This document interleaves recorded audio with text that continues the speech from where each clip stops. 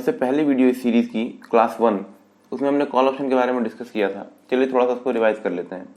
मैंने जो कार का एग्जांपल दिया था वो कुछ ऐसा था, बलेनो APR 7 लाख CE, और इसका मतलब था कि एजेंट जिससे मैंने ये कॉन्ट्रैक्ट खरीदा है वो अप्रैल महीने के अंत में मुझे गाड़ी 7 लाख रुपए में ही देगा, चाहे गाड़ियों के दामों में कितनी भी बढ़ोतरी हो जाए। पर क्योंकि मैंने ये कॉन्ट्रैक्ट उससे खरीदा है इसलिए मैं स्वतंत्र हूँ कि महीने के आखिरी दिन में उससे गाड़ी खरीदूं या नहीं खरीदूं। निस्संदेह मैं उससे गाड़ी तभी लूंगा जब मुझे बाहर मार्केट में किसी और शोरूम में 7 लाख से ज्यादा में गाड़ी मिल रही हो, तभी तो मुझे फायदा है ना कि महंगी चीज सस्ते में मिल गई। अगर बाहर किसी और शोरूम में या ओपन मार्केट में मुझे गाड़ी 7 लाख से कम में मिल रही होगी तो मैं उससे क्यों खरीदूंगा, एजेंट से क्यों खरीदूंगा, मैं बाहर से नहीं ले लूंगा। That would be beneficial for me ना। ठीक उसी तरह अगर अपने ITC का कोई कॉल कॉन्ट्रैक्ट मुझसे खरीदा है, जैसे ITC APR 260 CE, तो इसका मतलब है कि महीने के आखिरी दिन अगर ITC का शेयर प्राइस 260 रुपए से ज्यादा हो जाता है तो आप वो शेयर मुझसे 260 रुपए में खरीद पाएंगे। पर अगर ITC का शेयर प्राइस 260 से कम रहता है तो कॉन्ट्रैक्ट ऑटोमेटिकली कैंसिल हो जाएगा। क्यों? ऐसा इसलिए क्योंकि अगर शेयर का प्राइस 260 से ज्यादा हो गया है तो आपको मुझसे खरीदने में फायदा है, पर अगर 260 से कम आ गया है तो मुझसे खरीदने में नुकसान है, क्योंकि मार्केट में आपको 260 से कम में वो शेयर मिल रहा है तो आप 260 में मुझसे क्यों खरीदेंगे। क्योंकि इस कंडीशन में कॉन्ट्रैक्ट निभाने का कोई मतलब नहीं रह जाता है। कौन सी कंडीशन? जब शेयर का प्राइस आपके 260 रुपए कॉन्ट्रैक्ट प्राइस से कम आ गया, उस कंडीशन में कॉन्ट्रैक्ट निभाने का कोई मतलब नहीं रह जाता, इसलिए कॉन्ट्रैक्ट ऑटोमेटिकली कैंसिल हो जाएगा और आपने मुझे जितना प्रीमियम दिया था ये कॉन्ट्रैक्ट खरीदने के लिए वो पूरा का पूरा प्रीमियम मेरा प्रॉफिट हो जाएगा। वैसे मैं बलेनो के टोकन मनी देने के अगले दिन शोरूम में जब एजेंट से मिलने गया तो मैंने देखा कि वो किसी और कस्टमर से बात कर रहा था और वैसा ही एक कॉन्ट्रैक्ट उसे दे रहा था। उसने कहा कि अगर आप आज 10,000 रुपये देकर बुकिंग करा लेते हैं तो गाड़ी आपको 7,10,000 में ही मिलेगी, चाहे गाड़ियों की कीमत कितनी ही बढ़ जाए। उस कॉन्ट्रैक्ट पे लिखा था बलेनो APR 7,10,000 CE। जब वो कस्टमर चला गया तो थोड़ी देर के बाद मैंने उस एजेंट से बात की। मैंने उससे पूछा कि भाई कल ही मैंने तुमसे कॉन्ट्रैक्ट लिया है, मुझे 7 लाख में दिया है वही कॉन्ट्रैक्ट, एक ही दिन में 10,000 कैसे बढ़ा दिया? तो उसने मुझे बताया कि सर आपके जाते ही मुझे ऊपर से फोन आया था कि निश्चित ही कम से कम 10,000 रुपए तो बढ़ने ही वाले हैं गाड़ियों के दाम। उससे ज्यादा भी बढ़ सकते हैं लेकिन 10,000 तो निश्चित है, 100% श्योर। इसलिए कॉन्ट्रैक्ट के दाम भी बढ़ा दिए गए। अगर आप भी कल की जगह आज ये कॉन्ट्रैक्ट लेने आते तो आपको भी कॉन्ट्रैक्ट बढ़े हुए दाम में मिलते। इनफैक्ट आपसे एक दिन पहले जो कस्टमर आया था हमने उसे यही कॉन्ट्रैक्ट 6,90,000 में दे दिया। चलिए हम तीनों कस्टमर्स की स्थिति समझ लेते हैं। मेरे एक दिन पहले वाला कस्टमर जिसने 6,90,000 का कॉल कॉन्ट्रैक्ट खरीदा है, मैंने 7 लाख का खरीदा है, और मेरे एक दिन बाद वाले कस्टमर 3 ने 7,10,000 का कॉल कॉन्ट्रैक्ट खरीदा है। तीनों ने ही टोकन मनी 10,000 रुपए चुकाए हैं।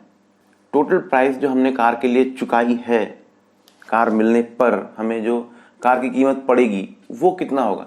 पहले कस्टमर के लिए 6,90,000 प्लस 10,000 7 लाख, मेरे लिए 7 लाख प्लस 10,000 टोकन मनी 7,10,000, मेरे बाद वाले के लिए 7,10,000 कॉन्ट्रैक्ट प्राइस प्लस 10,000 की टोकन मनी 7,20,000 रुपए। अब देखिए तीनों का प्रॉफिट एंड लॉस का कंडीशन भी अलग अलग होगा।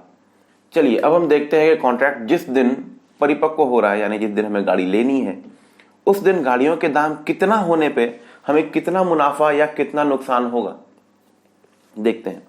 अगर उस दिन गाड़ियों के दाम 6,90,000 रह गए तो पहले कस्टमर को 10,000 रुपए का नुकसान है इस कॉन्ट्रैक्ट को निभाने में, मुझे 20,000 रुपए का और मेरे बाद वाले कस्टमर को 30,000 रुपए का। तो डेफिनेटली हम लोग बाहर से गाड़ी लेना प्रेफर करेंगे। 6,90,000 जिसका दाम है वो कहीं से भी गाड़ी ले सकता है, उसको कोई फायदा नहीं है। उसके 10,000 वैसे भी डूबेंगे। 6,90,000 की यहां से भी गाड़ी पड़नी है, उसको बाहर से ही पड़ेगी। अगर 7 लाख में गाड़ी मिल रही है उसको, ओपन मार्केट में भी हर जगह 7 लाख में गाड़ी मिल रही है, तो उस आदमी को गाड़ी शोरूम से ही लेने में फायदा है, क्योंकि उसे ना प्रॉफिट होगा ना लॉस होगा। कॉन्ट्रैक्ट ऑलरेडी बना हुआ है, गाड़ी उसे तुरंत मिल जाएगी। पर मुझे 7 लाख में मिलने वाली गाड़ी पे 10,000 का नुकसान होगा, क्योंकि मेरा इफेक्टिव प्राइस 7,10,000 रुपए है। गाड़ी तो मुझे 7 लाख में मिली पर मेरे 10,000 रुपए की टोकन मनी तो चली गई। वैसे ही जिसने 7,10,000 में कॉन्ट्रैक्ट खरीदा था उसे 20,000 का नुकसान हो रहा है अभी भी। चलिए अब देखते हैं अगर गाड़ियों के दाम 7,10,000 हो गए हो तो अगर गाड़ियों के दाम 7,10,000 रुपये हो जाए तो जिसने 6,90,000 वाला कॉन्ट्रैक्ट खरीदा है उसको 10,000 रुपये का फायदा है, तो वो डेफिनेटली कोई कॉन्ट्रैक्ट निभाएगा और वो यहाँ से गाड़ी लेगा। मेरे कंडीशन में मुझे ना प्रॉफिट होगा ना लॉस होगा ये कॉन्ट्रैक्ट निभाने पर। हालांकि मैं बाहर से गाड़ी लेता हूँ तो मुझे 10,000 का लॉस डेफिनेटली हो जाए, क्योंकि 10,000 टोकन मनी भी डूब जाएगा और 7,10,000 मुझे गाड़ी भी लेनी पड़ेगी। तो मेरे लिए प्रॉफिटेबल यही है कि मैं ये कॉन्ट्रैक्ट निभाऊं और 7,10,000 में गाड़ी ले लूँ। जबकि मेरे बाद वाला कस्टमर जिसने 7,10,000 रुपये में कॉन्ट्रैक्ट किया था और 10,000 रुपये टोकन मैंने दिया था, इसका इफेक्टिव प्राइस 7,20,000 है, उसे अभी भी 10,000 का नुकसान है।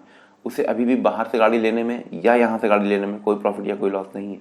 अब देखते हैं महीने के आखिरी दिन अगर गाड़ी के दाम 7,20,000 हो जाते हैं तो 6,90,000 कॉन्ट्रैक्ट करने वाले पहले कस्टमर को 20,000 रुपये का फायदा होगा। दूसरा कस्टमर यानी कि मुझे 10,000 रुपये का फायदा होगा। तीसरा कस्टमर जिसने 7,10,000 रुपये का कॉन्ट्रैक्ट किया था और जिसकी इफेक्टिव प्राइस 7,20,000 है, उसे कोई प्रॉफिट या कोई लॉस नहीं होगा, तो उसे ये कॉन्ट्रैक्ट अब निभाना चाहिए। चलिए वैसा ही एक टेबल आईटीसी के कॉल कॉन्ट्रैक्ट के लिए बना लेते हैं, तो आप कॉल ऑप्शंस को और अच्छे से समझ पाएंगे। यहाँ पे 3 अलग अलग कॉल कॉन्ट्रैक्ट दिखाए गए हैं, तीनों ही कॉन्ट्रैक्ट प्राइस दिखाई गए हैं, जिसको हमने पहले प्रीमियम कहा है, ऑप्शन प्रीमियम कहा है। तो कॉल कॉन्ट्रैक्ट का प्रीमियम तीनों के लिए ही 5 रुपये रखा है हमने। इफेक्टिव शेयर का प्राइस पर शेयर हमने 245, 255, 265 का दाम देखा, क्योंकि ऑप्शन प्रीमियम भी कॉल कॉन्ट्रैक्ट के प्राइस में जुड़ जाता है आपके इफेक्टिव प्राइस के लिए। चलिए अब हम ये देखते हैं कि ऑप्शन एक्सपायर होने के दिन, ऑप्शन की वैलिडिटी खत्म होने वाले दिन, कॉन्ट्रैक्ट के आखिरी दिन, कॉन्ट्रैक्ट मैच्योर होने के दिन किस किस कंडीशन में किस किस कस्टमर को कितना प्रॉफिट या कितना लॉस होगा। आप देख पा रहे होंगे अगर शेयर 240 पे क्लोज होता है तो पहले कस्टमर को 5 रुपये का नुकसान होगा, दूसरे को 15 रुपये का नुकसान होगा, तीसरे को 25 रुपये का नुकसान होगा। ये नुकसान का मतलब ये है कि आपको कॉन्ट्रैक्ट निभाने पे इतने का नुकसान होगा। अगर आपको कॉन्ट्रैक्ट निभाने पे नुकसान हो रहा है तो आप डेफिनेटली कॉन्ट्रैक्ट नहीं निभाएंगे और आप शेयर ओपन मार्केट से ले लेंगे, ये मतलब है। अगर 245 पर क्लोज होता है तो पहले कस्टमर को जिसका इफेक्टिव प्राइस 245 रुपये निकल कर आया था उसको 0 रुपये का लॉस होगा, दूसरे को 10 रुपये का लॉस होगा, तीसरे को 20 रुपये का लॉस होगा। अगर 250 पे क्लोज होता है तो पहले वाले को 5 रुपये का प्रॉफिट होगा, दूसरे वाले को 5 रुपये का नुकसान होगा, तीसरे वाले को अभी भी 15 का नुकसान हो रहा है। इसी तरह से शेयर का प्राइस जैसे जैसे बढ़ता जाएगा हमारा प्रॉफिट बढ़ता जाएगा। आप देख पा रहे होंगे जैसे ही शेयर का क्लोजिंग प्राइस 270 रुपये पे पहुंचता है वैसे ही पहले कस्टमर का प्रॉफिट 25 रुपये आ जाता है, क्योंकि उसका इफेक्टिव प्राइस पर शेयर 245 रुपये था। दूसरे वाले का प्रॉफिट 15 रुपये पे आ जाता है और तीसरे वाले का प्रॉफिट 5 रुपये आ जाता है, क्योंकि उसका इफेक्टिव प्राइस 265 रुपये था। जैसे शेयर का प्राइस बढ़ने पर आपको प्रॉफिट हो रहा है वैसे ही शेयर का दाम कम होने जाने पर आपको नुकसान हो रहा होगा।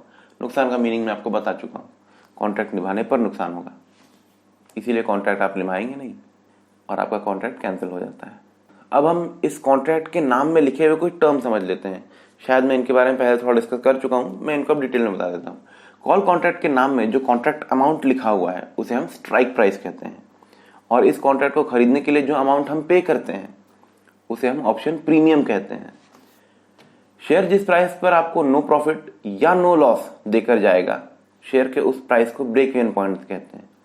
जैसे आईटीसी अप्रैल 240 सीई आपने खरीदा 5 रुपए में, अब इस कॉन्ट्रैक्ट में 240 हो गया स्ट्राइक प्राइस, 5 रुपए हो गया प्रीमियम और ब्रेक इवन पॉइंट हो जाएगा 245 रुपए। मतलब अगर एक्सपायरी के दिन शेयर का दाम कम से कम 245 रुपए रहे तो आपको इस कॉन्ट्रैक्ट को निभाने पे न तो प्रॉफिट होगा न तो लॉस होगा, नहीं निभाने से भी प्रॉफिट या लॉस नहीं होगा, 0 अमाउंट रहेगा।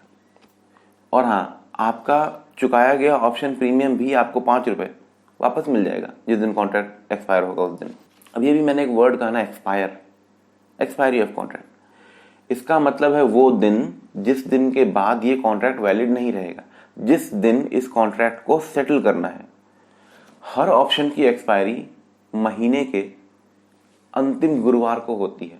ये स्टॉक ऑप्शंस के लिए है, आईटीसी, मारुति, इस तरह के स्टॉक के लिए। अगर आप निफ्टी, बैंक निफ्टी इनकी बात करेंगे तो इनका भी मंथली एक्सपायरी होता है, पर इसके साथ साथ इनका वीकली एक्सपायरी भी होता है। इनके कॉन्ट्रैक्ट वीकली भी एक्सपायर होते हैं, तो आप हर तरह के कॉन्ट्रैक्ट खरीद सकते हैं। स्टॉक्स में ये एक्सपायरी हमेशा सिर्फ और सिर्फ मंथली ही होती है और महीने के आखिरी गुरुवार को होती है। अगर गुरुवार के दिन छुट्टी हुई तो क्या होगा, आप ढूंढिए। चलिए अब देखते हैं कि अगर आपने अलग अलग दाम में ऑप्शंस कॉन्ट्रैक्ट खरीदे हैं तो आपकी प्रॉफिटेबिलिटी पे क्या असर पड़ेगा, ब्रेक इवन पॉइंट कैसा खिसकेगा। अगर आपने यही कॉन्ट्रैक्ट 6 रुपये में खरीदा होता तो आपका ब्रेक इवन पॉइंट 246 रुपये होता। 240 रुपये का कॉन्ट्रैक्ट स्ट्राइक प्राइस और 6 रुपये का प्रीमियम। और अगर आपने 4 रुपये में खरीदा होता तो आपका ब्रेक इवन पॉइंट 244 रुपये होता। ये ऑप्शन प्रीमियम समय के साथ बदलते रहते हैं। आइए देखते हैं कैसे। आप देख पा रहे होंगे कि ऑप्शन प्रीमियम के अलग अलग भाव पर ऑर्डर लगे हुए हैं। एक तरफ बायर्स के ऑर्डर लगे हुए हैं, एक तरफ सेलर्स के ऑर्डर लगे हुए हैं। जैसे ही आप अपना ऑर्डर डालेंगे तो आपको आपके फोन की स्क्रीन पर कुछ ऐसा दिखाई देगा। यहाँ पर जो नंबर ऑफ शेयर्स लिखे हुए हैं इन्हें लॉट कहा जाता है और आप लॉट साइज के मल्टीपल्स में ही ऑर्डर लगा सकते हैं। आप देख पा रहे होंगे किसी ने भी रैंडम नंबर्स नहीं लिखा है। ये जो नंबर्स लिखा है ये या तो 3200 लिखा हुआ है या 3200 के मल्टीपल में लिखा हुआ है। ऐसा नहीं कि जो मन में आया वो संख्या लिख दी, नहीं, शेयर्स के ऑप्शन कॉन्ट्रैक्ट हमेशा लॉट में ही ट्रेड होते हैं। बाई ऑर्डर लगाते समय भी आपको ये contract lot size into option premium पर ही खरीदना पड़ेगा। क्या मतलब है इसका? मतलब अगर आईटीसी अप्रैल 2040 सीई खरीदना है और प्रीमियम 5 रुपये पर ही ऑर्डर लगाना है तो आपको 3200 यानी एक lot of shares into desired option premium जितना पैसा आपको देना पड़ेगा। ये देखिए, आप देख पा रहे होंगे कि स्क्रीन के नीचे आपको कुल कॉन्ट्रैक्ट खरीदने का प्राइस दिखाई दे रहा होगा।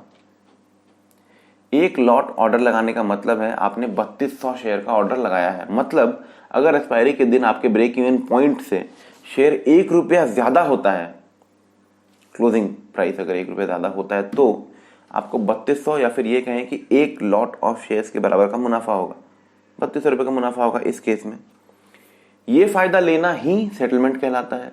और सेटलमेंट के दोनों तरीके, मतलब कैश और फिजिकल, इन दोनों के बारे में पिछली वीडियो में बता चुका हूं, देखिए। So that was the video guys.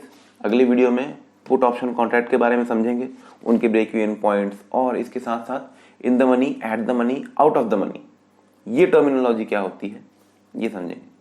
तब तक सब्सक्राइब कर लीजिए, फ्री है।